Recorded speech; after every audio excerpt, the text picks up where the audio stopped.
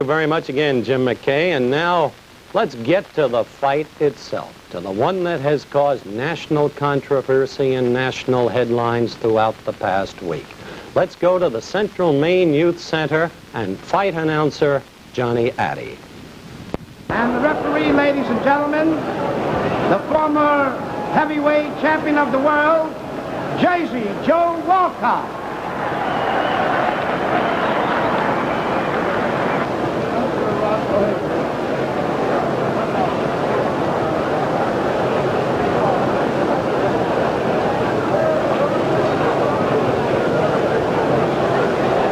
Ladies and gentlemen, Intercontinental Promotions Incorporated, Robert A. Nylon, President, and Arena AA present the main event, 15 rounds, for the heavyweight championship of the world. The principals, introducing from Denver, Colorado, he's wearing black trunks, he weighs 215 and a quarter, the former heavyweight champion, and now the challenger, Sonny Liston.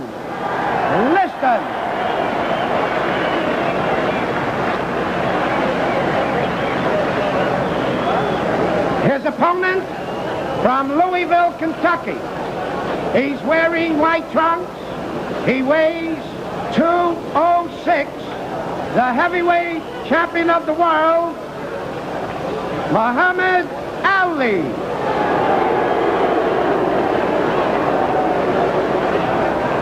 Ladies and gentlemen, Jersey Joe Walcott will now give the instructions.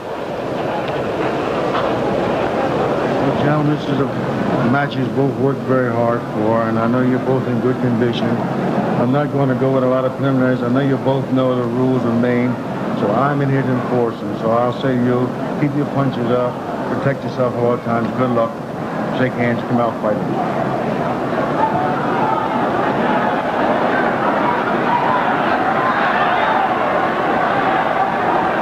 We're just about ready to go. Muhammad Ali saying a prayer in his corner before coming out to meet the challenger. And did you notice the way Liston was sweating under those hot lights? We're 15 seconds from the bell. Our ABC clock timing the fight will be superimposed at the bottom of your screens.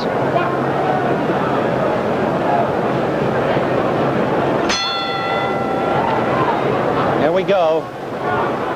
Tactics the same as in the first fight, established almost immediately. Clay moving consistently to the left, virtually in a circle. Liston relying upon the left jab.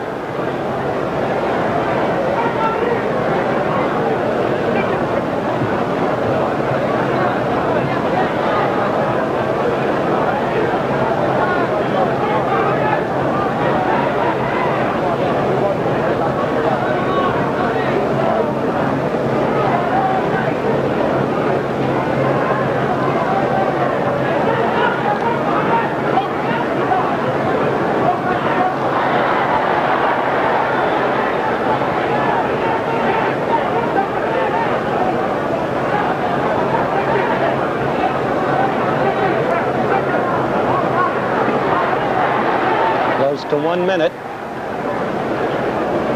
1 minute, the time officially proclaimed by the Maine Boxing Commission as the end of the fight. Good right by Clay.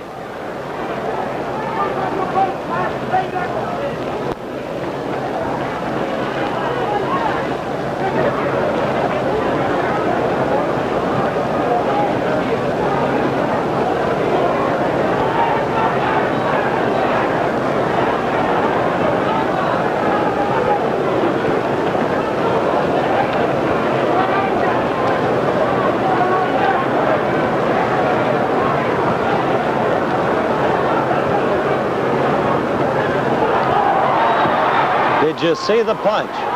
Did you see it?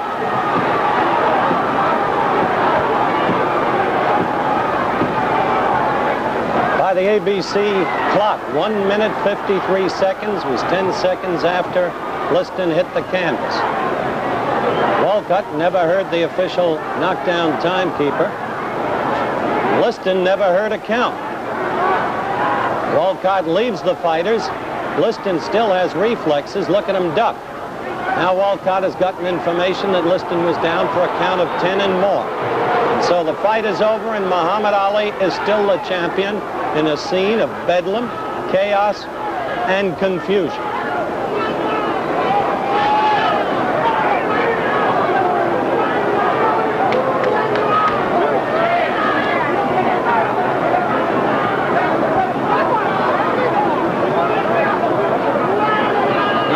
Confused is Jersey Joe Walton.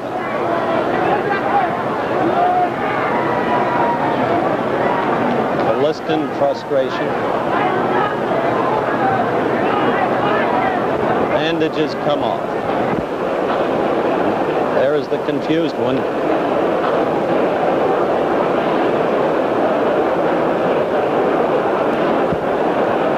Champion adulation, interviews.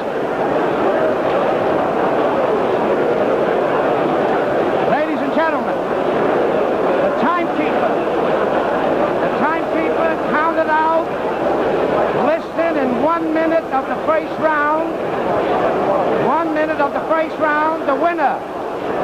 1 minute of the first round, the winner by a knockout. And still the heavyweight champion of the world, Muhammad Ali. Isn't that incredible? That they should call it 1 minute. Off come the champion's bandages now.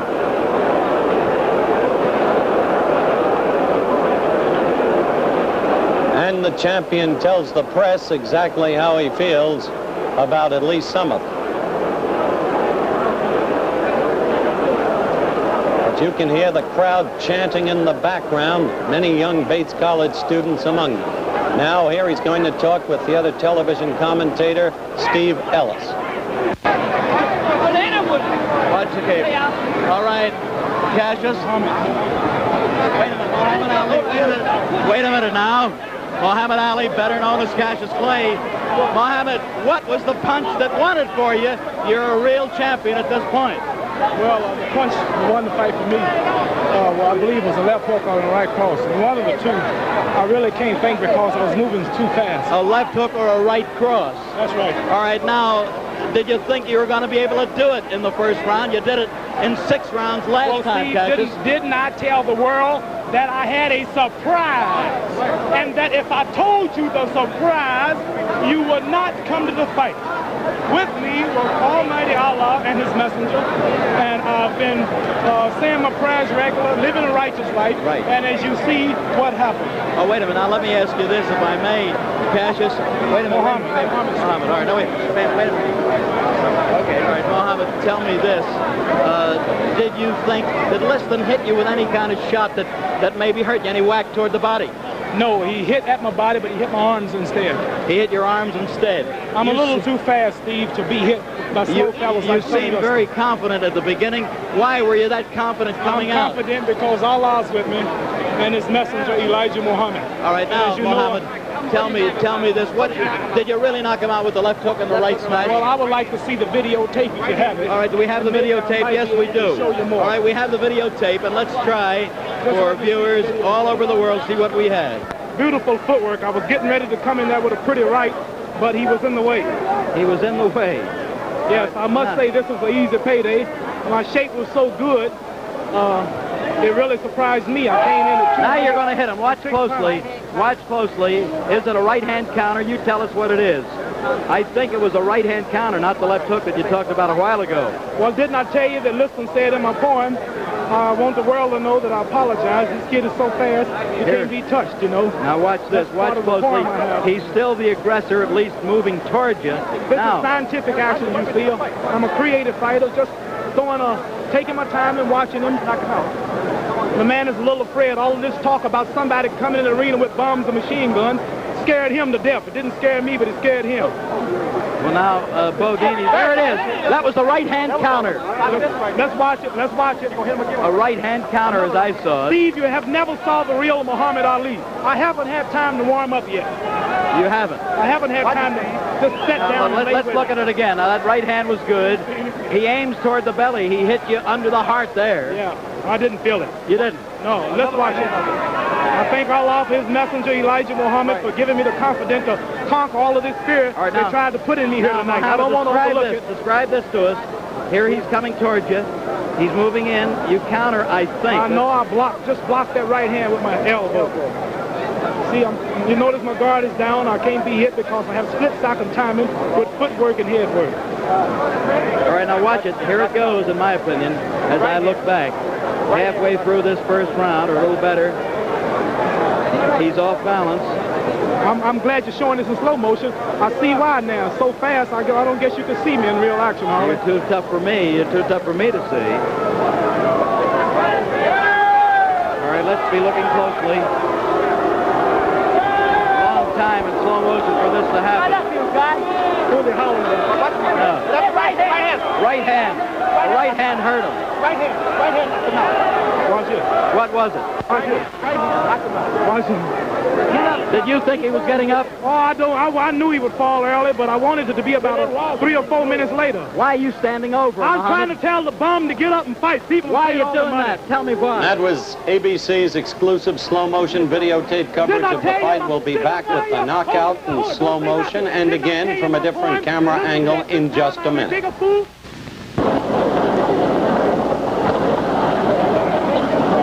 Now, once again, here is the knockout in slow motion.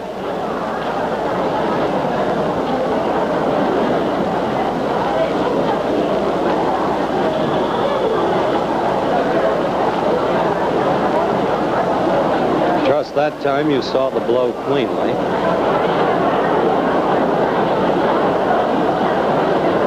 Now observe closely the extraordinary sequence of events that follows.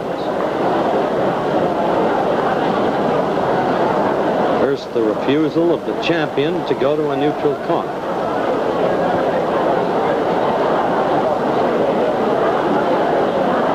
Now he apparently departs. Second, the attempt of Liston to arise. Apparently, he is unable to do so. Third, note the champion prancing about the ring. He has still not gone to a neutral corner.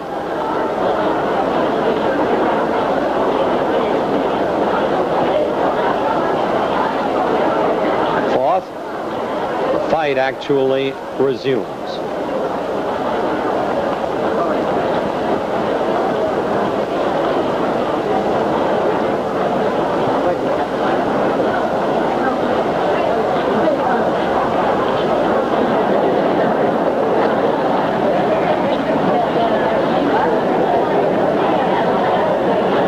As it does, the referee departs to answer a call from the official knockdown timekeeper's corner. Sixth, Liston still has reflexes. Note the way he ducks the clay barrage. And seventh, Jersey Joe Walcott returns.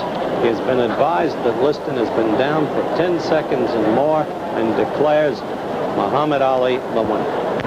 And now at regular speed, here is the other camera angle we mentioned earlier.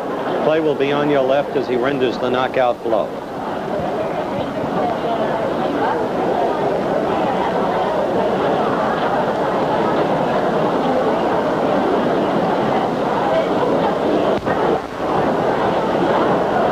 And there you saw it once again. Now, before we go to Robert Riga, let's listen to some post-fight comments by Liston and Muhammad Ali. What happened when you tried to get up? Do you think the fight would stop before it should have? Well, only thing I was trying to pick up the count. He was trying to pick up the count. Did you hear the count? Did you know? No, I didn't. You didn't hear the count? He didn't hear the count, didn't know what it was. There was no count, he couldn't hear it. Was there a punch thrown before the right hand? No. How powerful was the punch in your opinion? It was fair. How Hey, wait a minute. What is this? Said it was a fair punch. Sonny, did the punch surprise you? Clay says it was a new tactic, the counter right. It was a surprising punch. If you had picked up the count, would you have been able to continue? Yes, I If he picked up the count, he would be able to continue. Myself, I think so. Yes. Well, I would say the #1 contender, Terrell, either one, yeah. Chavallo, either, but it don't make no difference. I'm in a position now where I can't squawk who's not. I might have to fight you. In the position now where he can't squawk and have to fight anybody. He seemed to be in good humor. You hear it, Lester? Yeah. Ain't no use, ain't no sense of being in bad humor. Sonny, do you feel a disappointment at all? What actually are your Yes, feelings? I do. Feel real disappointed. I think it was because of my main point was to get him and get it over with. What was your plan? Were you going to try and get him early or stay with him? Well, I was going to stay with him. He got hit hard. I hit him with a punch that Jack Johnson used called the anchor punch. Stephen Fetcher, the old great Hollywood movie star, as I told you, he's working with me, and we were in secret training on something called the anchor punch. And this is a punch that Jack Johnson took to the graveyard with him. Nobody knew it but Stephen Fetcher, and it's a twist-like chopped right hand that is hard to see. And I told a few of you fellas when you were at Chicopee, Massachusetts at my training camp, if you can remember clearly, I was demonstrating the right. Do you remember? Why don't you show us how it went, Jack? Do you? Yeah. How does it go? It's a How does it snap go? punch, and you can't punch it until the man is coming in at you.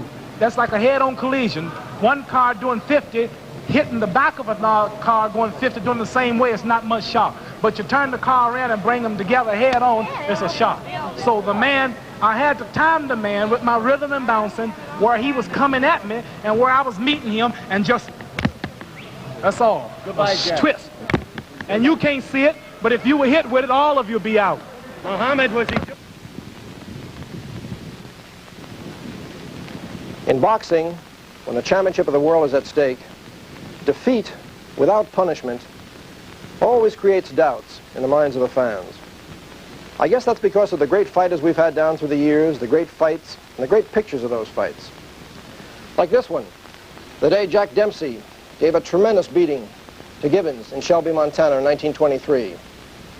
Or this one, when Rocky Marciano won his world championship in the 13th round with his tremendous right hand to Jersey Joe Walcott's chin. There was never any doubt about this punch or about Marciano causing the damage. Or in the two fights with Izza Charles and the tremendous punishment Charles took and Marciano's battered face. It was all there for everyone to see. But in Lewiston, Maine, in the last heavyweight championship fight between Liston and Clay, there was a great deal of doubt. This is the first punch of the fight. Clay throwing a right hand over Liston's left jab. This is Clay's second right hand, the one many people thought was the best punch of the evening. It caught Liston on the chin, but he kept on fighting. And this sequence shows precisely what happened and how the punch in question was landed. Clay was circling to his left, as he always did in the first fight and in this fight. Then Sonny Liston threw a 17th jab. He was short with it. He missed on all 17 jabs of the fight. You'll notice Clay's hands. Both his gloves are below his belt. He's circling to his left, on his toe, and then suddenly he brings his right hand up over Liston's jab and connects on the side of Liston's head. He's pushing off his rear foot. His power is coming all through his body. He has every intention of landing the blow. Liston crumples. His gloves come together. And now if you look at Clay's feet, he's swinging to the right. He seems to be off balance. But the punch has landed. And then he follows through with a left hook, but of course it misses as Liston goes down. This is the punch which so many people did not see. Another question is, for a man like Liston, who had never been floored before, how can one punch like this put him down, especially when thrown by Clay so early in the fight? There is one theory that's very interesting, and that's the karate idea. The idea that a fighter throwing a particular punch in a particular style as Clay can do, because he has this great balance, this great speed which you need in karate, and the fact of the twisting motion at the waist, which a karate fighter always has, and the way when you bring the glove up, you turn your fist over. The karate people call this focusing the punch.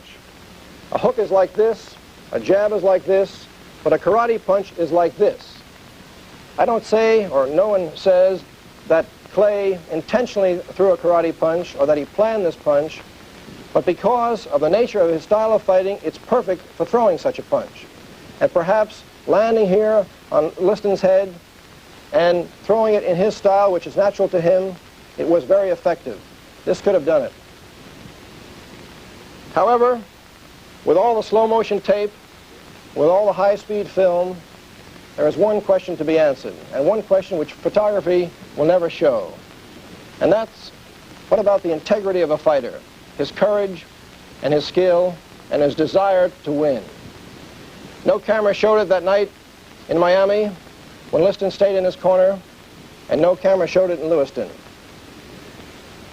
The immortals, Jack Dempsey and Rocky Marciano, will discuss this idea in a little while, but right now, the famous referee, Ruby Goldstein, and Howard Cosell. Thank you, Bob. And Ruby Goldstein is, of course, the most famous third man in the ring in boxing history. Ruby, you're in the ring. Guy gets knocked down. What do you do? Immediately, I see that the man that's caused the knockdown gets to a neutral corner, and in about 4 seconds, I'm back yelling the count into the man that's on the floor, which I pick up from the knockdown timekeeper. How do you hear it from the knockdown timekeeper? It usually comes to the count of 4. I hear it from the knockdown timekeeper in Madison Square Garden, the Bull Clubs, or where they hold the fights. There is a loudspeaker, and it's very easy to hear. But someplace I wound up where you couldn't hear it in some smaller clubs, and we just read the lips of the announcer. Lip reading. Right. All right. Have you ever in your lifetime left the fighters to themselves, one fighter on the floor? No, you don't leave it, and I feel sorry for Joe Walcott. He's a fine man, very honorable man, interested in a lot of good work, but he had a tough man to handle, a man like Clay who kept roaming around in the vicinity where Liston was, yelling to get up, and it was difficult. At the same time, we've got to be reportorial about this, Ruby. Let's have a look. We had a special camera following Walcott during that period of action there, or chaos, however you want to put it. And I'd like your comments about Jersey Joe as we run the film of the fight and see exactly what he does. Now, there's Liston down. Now we're going to be going to Jersey Joe.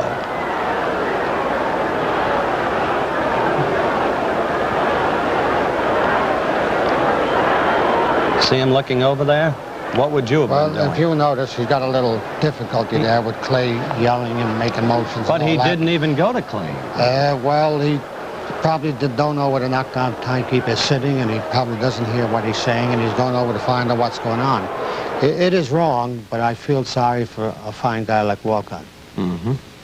And not having heard the timekeeper, his key error was to run over there and then declare the fight over, because you can't declare a fight over, can you, Ruby, if the man is never going to a neutral corner who's not the other man? No, you don't have to count. You can tell the timekeeper to hold up the count, and that's why Dempsey had the long count in Chicago with Gene Tunney. Dempsey didn't go to the corner, and the referee didn't start the count until he did, so henceforth you had about 4 seconds more in the counter, and he could have done this here as well, but maybe it's the fact that just a once-a-year these referee. Fellows don't referee too often. Sometimes once a year, twice a year, then 3 years goes by and they don't referee, and you can forget sometimes. Anybody can make a mistake. I've made them too. Yeah, but so few and far between. Thank you so much, Ruby. Thank you, Howard. Ruby Goldstein, of course, and we'll be back with the man who was involved in the long count, Jack Dempsey, Rocky Marciano, Jimmy Cannon, the great sports writer, Bill Hines, the editor of the Fireside Book of Boxing, in a moment, right after this message. This is Jack Dempsey, a legend in his time. And Bill Hines, boxing expert, editor of the Fireside Book of Boxing, author of the great boxing novel, The Professional. Jimmy Cannon, the distinguished syndicated columnist of the Hearst Press. The hard rock from Brockton, Rocky Marciano, who never tasted defeat. These then are our panelists, They have seen the very films that our viewers have seen, and I'd like to begin with you, Jimmy Cannon, because at the bout, you were directly situated to see Clay throw the punch. Was there a punch? Yes, there was a punch, Howard, but I didn't think it was hard enough to crush a grape. The ring lights were very hot. The only explanation I can give for the way Liston fell was that perhaps he was sunstruck by the lights. It was a hoax in the sense, I don't think it was a fix in the sense that money was passed, but I don't think that Liston tried as hard as he should.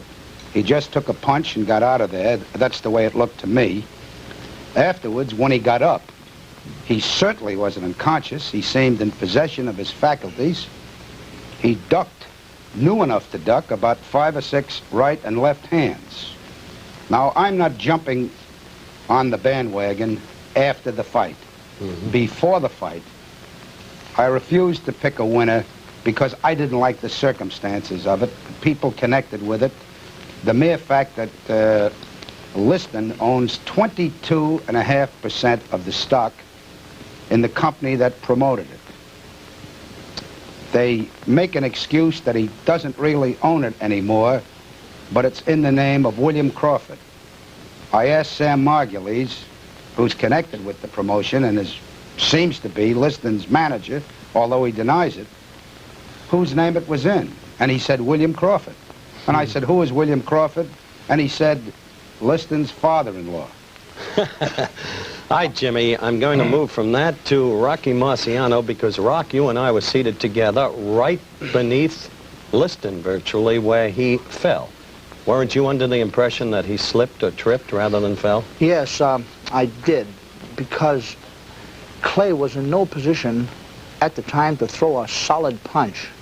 He was moving from side to side in those funny moves that he makes, and it looked like he pulled back through a sort of a leading right hand without too much power.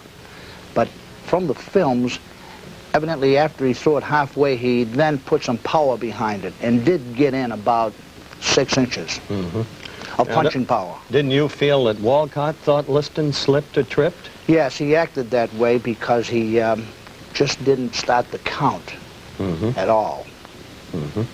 Well, here's a good chance, gentlemen, for a break. We'll get to Bill Hines and Jack Dempsey in just a minute, so let's take 60 seconds out for another kind of sport, shall we? All right, let's resume and let's talk to the Manasseh Mauler, Jack Dempsey. Jack, you deliberately did not look at that fight until today when you've seen the films. That's right. What's your view of the films? Well, there's very little to see, except I saw the punch, and the list looked very slow, and there was so much confusion, you can't tell what was going on. You think it was a knockout blow? Well, I don't know how hard he was hit. Not being on the receiving end, you never know just how hard these punches do come over, but I did see the punch go over. Earlier, you were quoted as saying that you didn't want to see the fight or even hear it because you expected that this kind of thing was going to happen. Well, I felt that something could happen, and I didn't want to, if you can't say something good, why say anything at all? I didn't want to say nothing. All right, Bill Hines, you edited the very film that the viewers have seen today. You satisfied that there was a sufficiency of force in that punch to knock out Liston?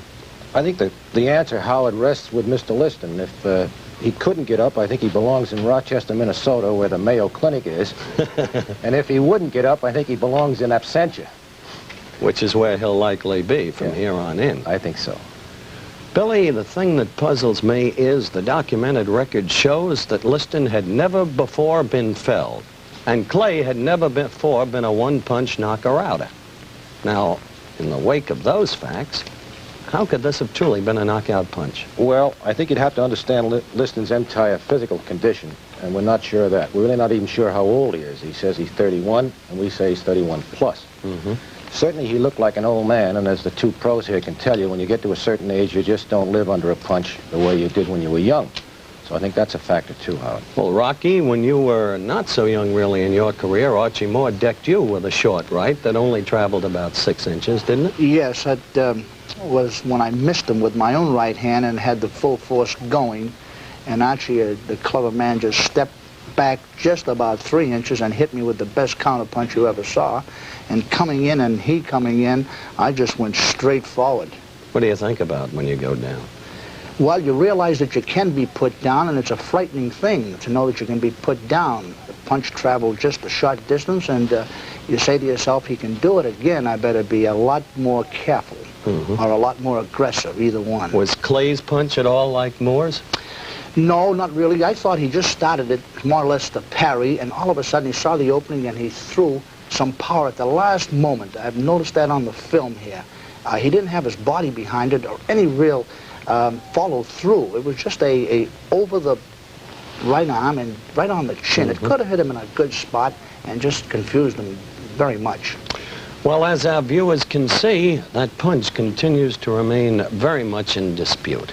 Our guests have been Jimmy Cannon, Jack Dempsey, Rocky Marciano, and Bill Hines. Thank you, gentlemen. The mystery of the punch unanswered.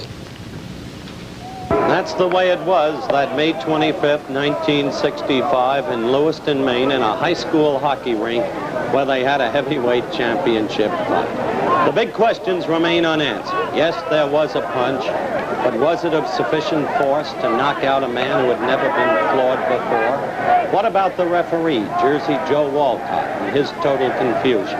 Incidentally, Jersey Joe was invited to appear on this show, but was unavailable. Had he counted, could Liston have been up in time? Did Liston really, for that matter, get a fair shake?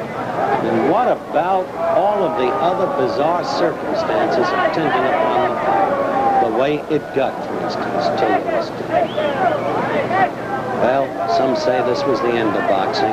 Congress may bring in a federal boxing commission. Some states want to wipe out boxing.